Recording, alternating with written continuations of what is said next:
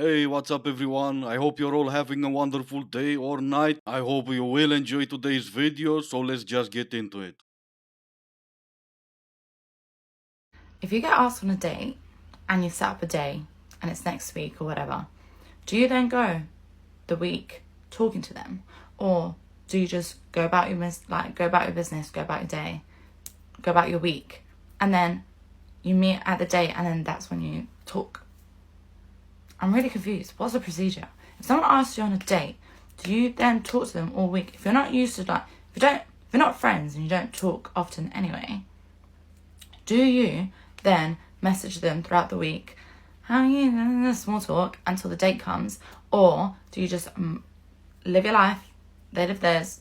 The date happens, and then that's when you be talking. Because I thought it's you mind your business, wait till your date comes, and then that's when you connect and you talk and da da da da. Am I supposed to be doing small talk in between? But we're not friends, so why are we small talking? And then if we talk now, then we won't have things to talk about then. So what's the right thing? The right thing for you would be not dating. Do you talk until the actual date? How is that even a question? You meet someone either face to face or on a dating app and then set up the date. The whole point of that date is not for you to get a free meal, it's for you to get to know each other. And that's exactly what you're doing with that small talk until the actual date. You get to know each other. I keep saying this and people look at me like I'm the weird one. What you're doing is not dating, it's setting up appointments. It's all of you destroying dating and then you're the same ones complaining about dating. I'm a 34-year-old single woman, and I've started to do this thing recently where people ask me, like, oh, is there like a special someone in your life or like whatever? And I just like can't get it up. I'm just like, no. And I let the silence settle. I don't like justify it or like add a reason. I'm just like, no. And generally that person ends up feeling like weird. And I don't even fault them because like society tells us that like you should ask me that. But like, I just don't have it in me. I'm just like, no, I don't. Well, why is that? Do you have a special someone? No. How come? The only one feeling weird about that question is you. Somehow you just can't get that special someone and feeling weird about it is kind of okay. Also, society doesn't care about you. No one is telling anyone to ask you that question. On a society level, you are that insignificant. And that's fine. So am I. I just don't complain about it. I know that I am not the only girl on this planet that is this like literally clinically insane over a man that acts like a boy, okay? Listen. So basically, I started talking to this guy like a year and a half ago, and like we got to a point where we hung out literally every single weekend for like 3 or 4 months straight, like blah blah blah. But all we would ever do is hang out at night because I don't know. Well, I do. There's only two reasonable explanations. He's either a vampire or he doesn't want to be seen in public with you. Take a wild guess. Which one do you think it is? So I'm getting this comment a lot. It truly is your vibration. And just listen to me real quick. You don't have to search anywhere for men to spoil you. You just have to require that. Now, this also helps if you want to get rid of a Dusty that's asking for your number, because this is my favorite thing to do. Whenever I get approached at like a gas station or a store and somebody's trying to talk to me, I'll always be like, oh, you want to cover this for me? If it's my gas, I'm like, you want to pump my gas for me? You want to pay for this for me? And if they say no, they say no. But if they say yes, it opens the door for more. I always let men know I am high maintenance, okay? It takes a lot for me to look this good, and a lot of them respect it, and they will add to that, you know? If they don't want to add to that, then I don't even waste my time. Like, you guys waste your time with these men. And a lot of you don't even realize that you have men that would easily spoil you. You just don't ask for it. Get comfortable with asking. Ask him to bring you flowers or send him a purse or be like, oh, I would really love some flowers. And if he doesn't want to do it, then you know not to waste your time. You know that he really doesn't care about you and doesn't want to add anything into your life. It's not really about finding men that want to spoil you. It's about filtering out the men that don't. Yeah, absolutely. Unfortunately, I have to admit she has one man that spoils her. Only one so far, but here's hoping for more, I guess. Nothing is harder than dating when you've been spoiled by your parents, especially dad. Like, I love my dad. He's an amazing man.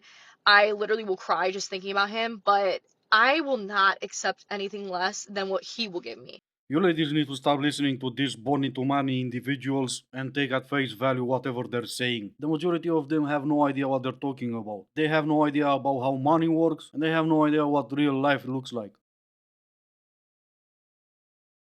I just know I'm gonna be called toxic for this. We've established I'm toxic. It's fine. You can call me toxic. None of us want to date a guy that has like a big presence on social media. I feel like unless you're talented, maybe you're on social media because you have a business or you're a musician or just talent. If you're just posting selfies and you just know you're attractive, you're an ick. You're an ick. Why? Who are you doing that for? Why would you do that if you have a girlfriend? If you have a girlfriend that you care about so much, you shouldn't be taking selfies. You should be going out there and buying me flowers. Why do you have so much time on your hands? These are for girls only. The flex is a loyal, quiet man.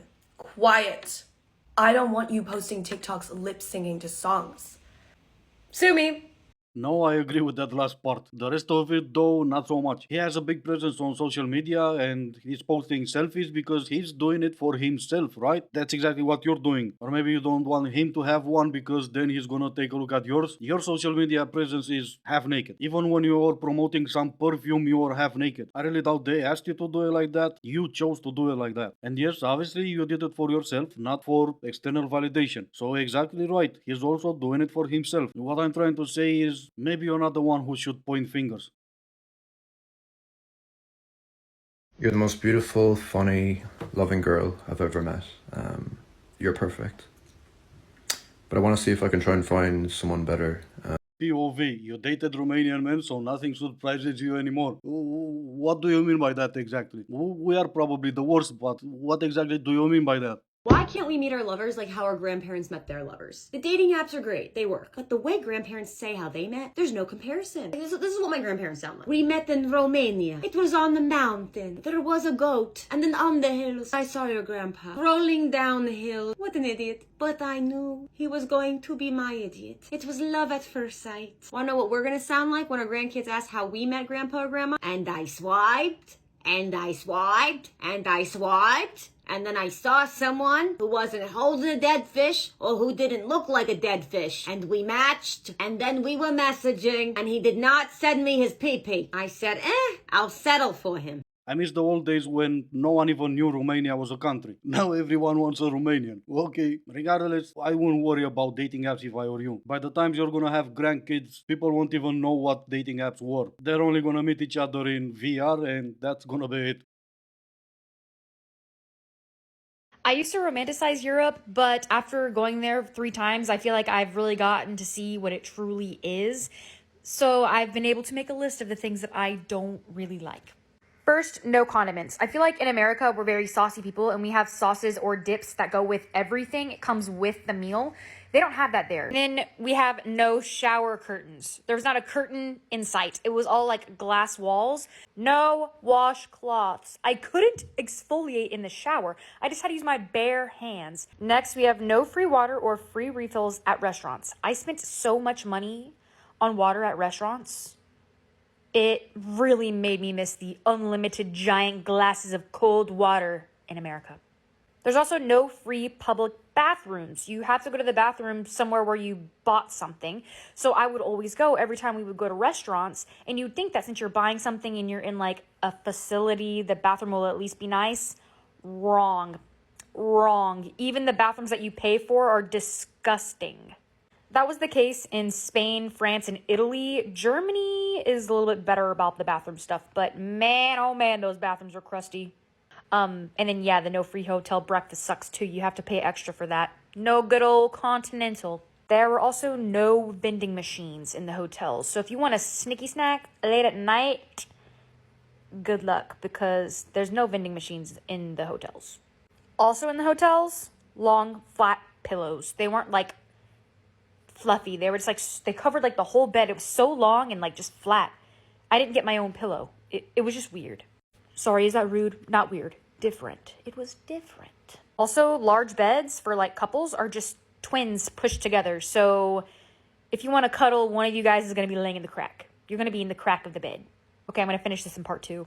And I'm sure I'm not gonna watch it. I keep telling you, stop coming to Europe. We don't want you here. Unless you're that guy in my comment section yesterday, in that case, yes, we want you. And I could take about an hour to explain to this angel how dumb everything she said was, but I think I'm gonna let this guy explain it way better.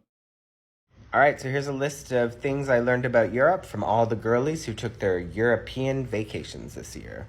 1. There's only 5 countries. Had no idea. I thought there was more, but there's only 5. And for your records, it's Portugal, Spain, France, Italy, and the newest member of Europe, Greece. Girlies out here thinking they're Christopher Columbus and discovering Greece. It's beautiful. Number 2, Coke Light is not the same as Diet Coke. Apparently it has a different aftertaste, so you're gonna have to pack your Diet Coke with you if that's what you want. Number 3, USD not accepted. No matter how many times you tell them it's real money, they don't want it for some reason. Totally weird. Number 4, getting your bag checked at customs by an agent is the worst thing that ever happened to you. Poor things. Moment of silence for them. And number 5, everyone knew I was American. How did they know? Listen, am I the most attractive girl in the world? No. But do I have a great personality? Also no. But do I wake up every morning and try and be the best person I can be? No. That's why every single morning from the deepest of hell, you can hear the devil screaming, "Watch out, she has awakened." What's your boyfriend's most toxic trait? Oh my god. So it's actually kind of funny. He'll say this thing to me all the time. He'll be like, "I'm not your boyfriend." And I'll be like, "Yes, you are, silly." And then he'll say to me, he's like, "No, I'm not. You seriously are delusional. You need to stop. It's getting ridiculous. You keep violating the restraining order." He filed a restraining order, by the way. It's so funny. It was such a good joke. But yeah, no, I love him either way. He's my boyfriend. He's my boyfriend. We're together. We're happy. Yep, we can see the happiness all over your face right now. And I'm sure he didn't even like his name. That's why he's gonna change it, not because of you. I'm sorry, but the person you've called is not available. And this is gonna be the end of the video. As always, I do hope you enjoyed it. If you didn't, I still appreciate you for making it this far. Thank you all so much for watching. Stay safe and I will see you in the next one.